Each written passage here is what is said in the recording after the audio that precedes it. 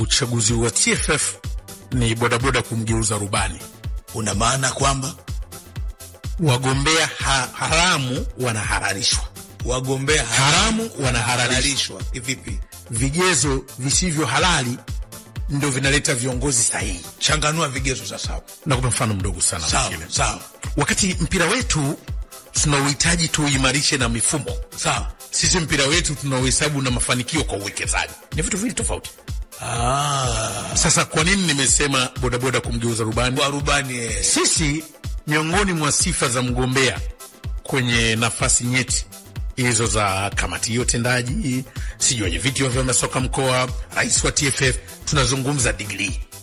Okay. Lakini degree hiyo hatuispecify kwamba ni ya nini? Ni ya nini? Mifugo. Tunazungumza uzoefu wa uongozi. Sawa. Uongozi huo hatutaji sifa zake ni zipi. Kwa mfano, na kwa mfano mdogo, sisi ni rahisi ukakuta CPA akawa mwenyekiti wa club alafu akawa kiongozi mkubwa wa bodi ya ligi, kama ambayo tumeona mapungufu kwa kina Mguto. Okay. Lakini ili bodaboda usimgeuze rubani iko hivi kwa wenzetu. Kwanza unatakiwa mtu ucheza mpira. Sawa. Kama sio mpira, umekaa kwenye utawala wa mpira. Sawa. Tena kwa weledi. Sawa. Na ukicheza mpira uwe na utaalamu wa mpira kwa weledi.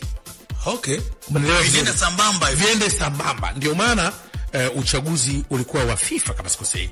Aliomba nafasi Luis Figo dhidi ya Gianni Infantino. Gianni hakuwahi kucheza mpira kiwango kikubwa sana. Gianni kakaa kwenye utawala wa mpira akiwa na taaluma ya mpira kwa uzoefu mkubwa. Alishakuwa katibu wa UEFA, alishakuwa mwenyekiti wa timu zote zinazoshiriki UEFA senior team, ameshakuwa makamu wa UEFA, makamu wa FIFA, katibu wa UEFA mpaka anafika huko juu. Lakini ukija ndani anayo taaluma, ukiondoa ya sheria, anayo taaluma ya utawala kwenye mpira. Sisi hivyo vigezo vinakuwa vipi? Kwa mfano, sawa, sisi ukisema degree ni yoyote tu.